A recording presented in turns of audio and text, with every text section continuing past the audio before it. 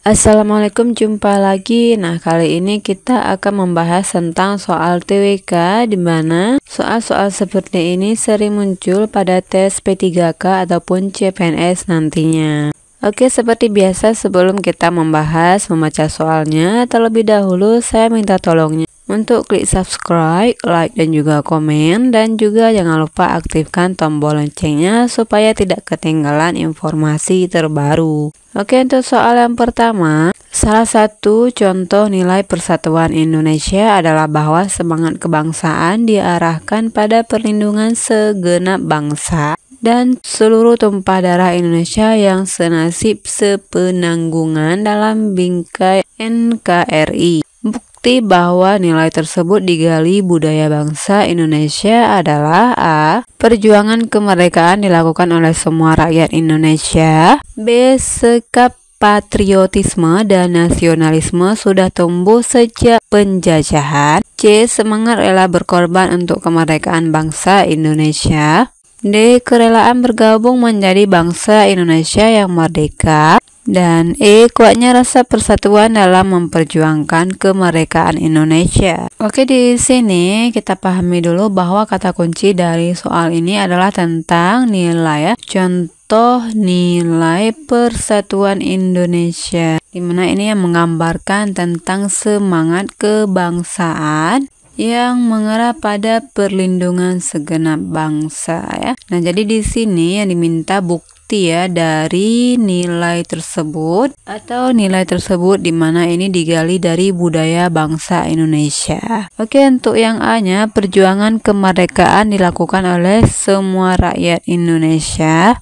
Ini oke ya, memang perjuangan sudah dilakukan oleh semua rakyat Indonesia pada masa itu. Namun di sini yang dimintanya adalah tentang nilai persatuan, dan ini sudah menunjukkan ya juga budaya nilai persatuan.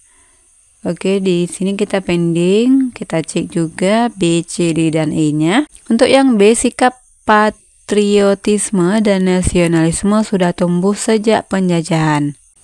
Patriotisme, nasionalisme ini masih belum mendukung ya, sudah tumbuh. Oke ya, sudah tumbuh, namun di sini belum masuk ya pada sebagai dari contoh nilai persatuan Indonesia, karena yang dimintanya di sini adalah nilai persatuan Indonesia yang menggambarkan semangat kebangsaan, yang mana hal ini untuk melindungi bangsa ya.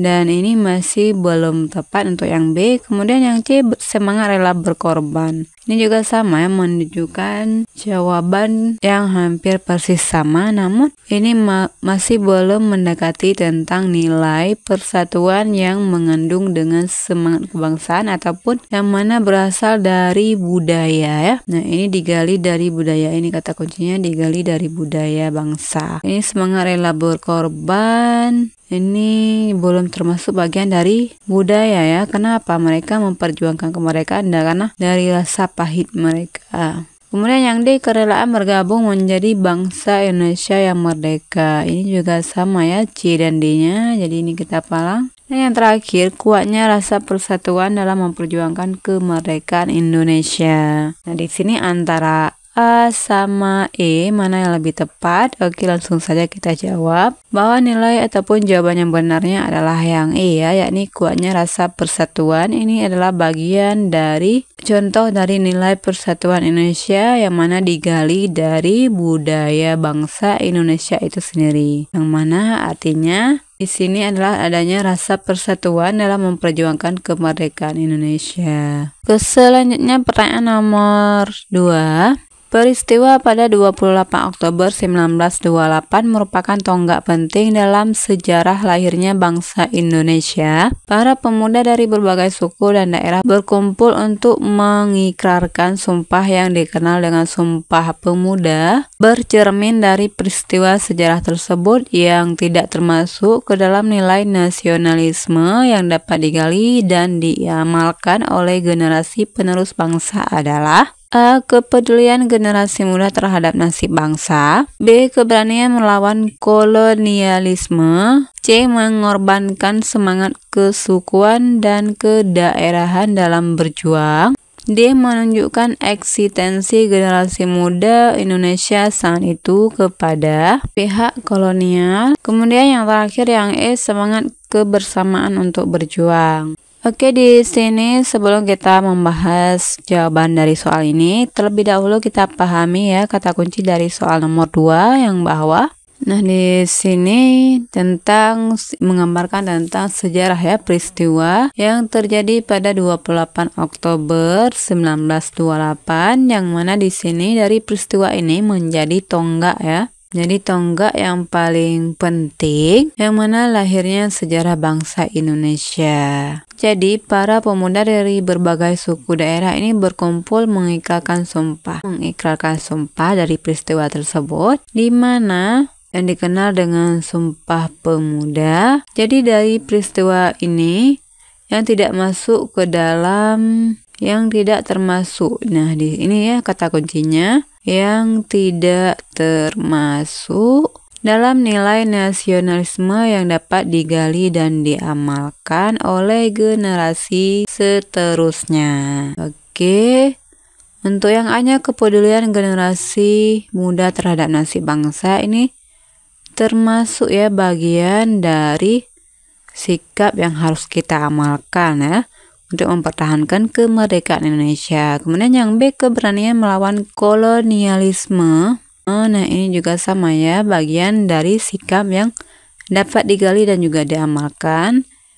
Dan yang C, mengorbankan semangat kesukuan dan kedaerahan dalam berjuang. Ini juga bagian dari sikap yang juga harus diamalkan. Kemudian yang D, menunjukkan eksistensi generasi muda Indonesia saat itu kepada pihak kolonial. Nah, ini bagian yang tidak boleh diamalkan oleh generasi penerus, jadi kita ya. Kemudian yang E, semangat kebersamaan untuk berjuang. Ini juga sama. Oke, di sini jawaban yang benarnya adalah yang D ya. Artinya yang tidak termasuk dalam nilai nasionalisme yang dapat digali dan diamalkan oleh generasi penerusnya.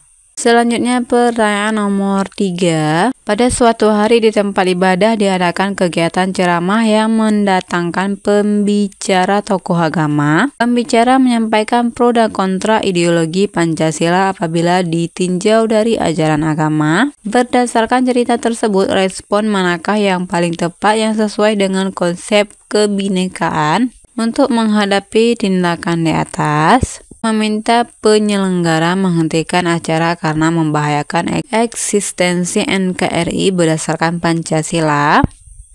B, melaporkan ke pihak yang berwajib karena telah menyebarluaskan informasi yang tidak benar terkait dengan Pancasila. C, setelah kegiatan keagamaan selesai, menemui pembicara untuk berdiskusi tentang Pancasila sebagai ideologi negara. D, meminta pemerintah untuk menerbitkan para penceramah keagamaan agar memiliki pemahaman tentang ideologi Pancasila. Dan E, mengingatkan pembicara agar bahwa Pancasila sebagai ideologi dan dasar negara untuk menjaga persatuan dan kesatuan bangsa.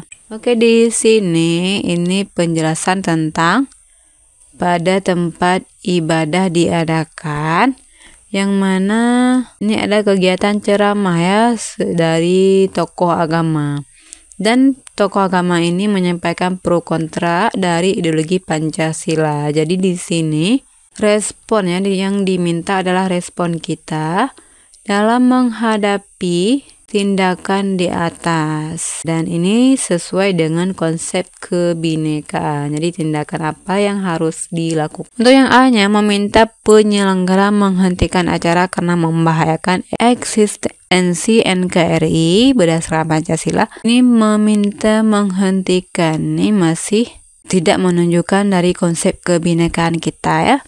Oke, ini yang A kita palang. Kemudian yang B, melaporkan ke pihak yang berwajib karena telah menyebarluaskan informasi yang tidak benar. Melaporkan ini juga sama ya, bukan tindakan yang seharusnya dilakukan terlebih dahulu. Oke.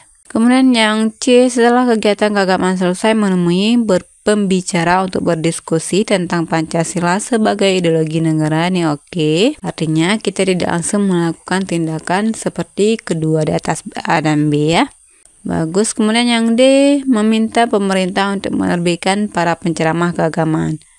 Ini juga sama, meminta pemerintah untuk menerbitkan para penceramah agama agar memiliki pemahaman tentang ideologi. Nah, ini juga masih kurang relevan dengan dibandingkan dengan yang C ya. Selanjutnya yang E, mengingatkan pembicara untuk Pancasila. Pembicara bahwa Pancasila sebagai ideologi dan dasar negara untuk menjaga persatuan dan kesatuan Indonesia. Oke, ini pas ya.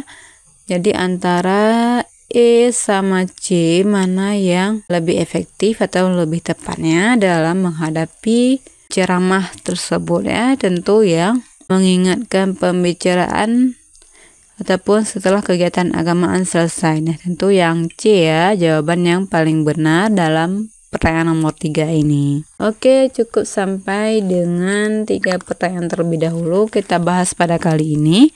Sekian, assalamualaikum warahmatullahi wabarakatuh.